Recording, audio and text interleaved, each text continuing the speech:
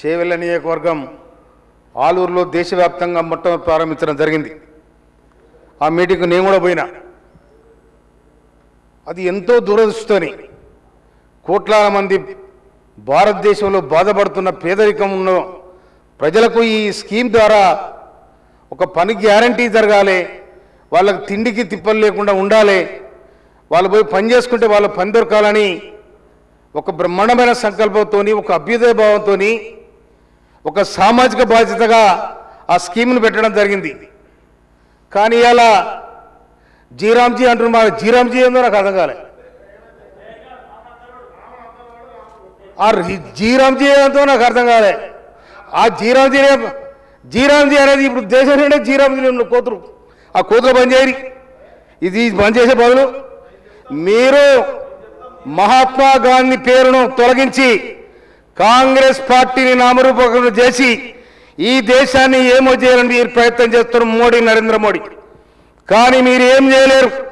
కొంత మతాల పేరు మీద, కులాల పేరు మీద, వ్యవస్థ పేరు మీద ఈ పేదల గుండెల్లో మీరు గుణపాలదించి వారి ఆకలి మండల అర్థనాదానికి మీరు కారణమవుతున్నారు. దాన్ని బంద్ చేయాలని కూడా మేము ఈ సందర్భంగా డిమాండ్ చేస్తూ ఉన్నాం.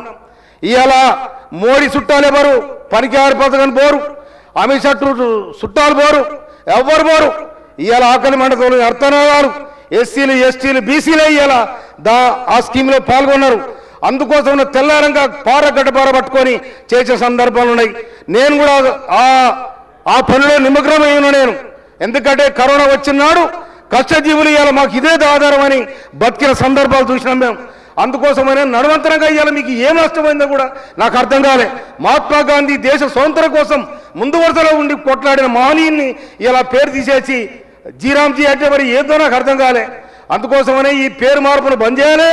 మహాత్మా గాంధీ పేరు మీద ఉన్న ఈజీఎస్ను కొనసాగించాలని కేంద్ర ప్రభుత్వం భారతదేశ పేద ప్రజల మీద చేస్తున్న ఈ దుర్మార్గమైన ఈ చట్టాన్ని ఎంట తీసుకోవాలని కూడా డిమాండ్ చేస్తూ నేను ఈ సందర్భంగా నాకు అవకాశం ఇచ్చినందుకు ధన్యవాదాలు. శ్రీ ఎడమ బుజ్జు గారు.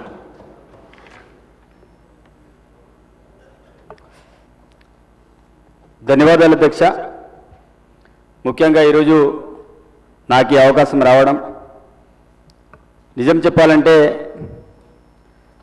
భారతీయ జనతా పార్టీ ఏదైతే మహాత్మా గాంధీ పేరుని తొలగించగలిగిందో, కానీ అధికారంలో ఉన్నని గాంధీ పేరుని తొలగించారు. కానీ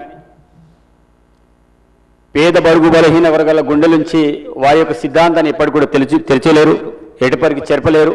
తప్పకుండా ఆ సిద్ధాంతం వారి గుండెల్లో ఉంటుంది.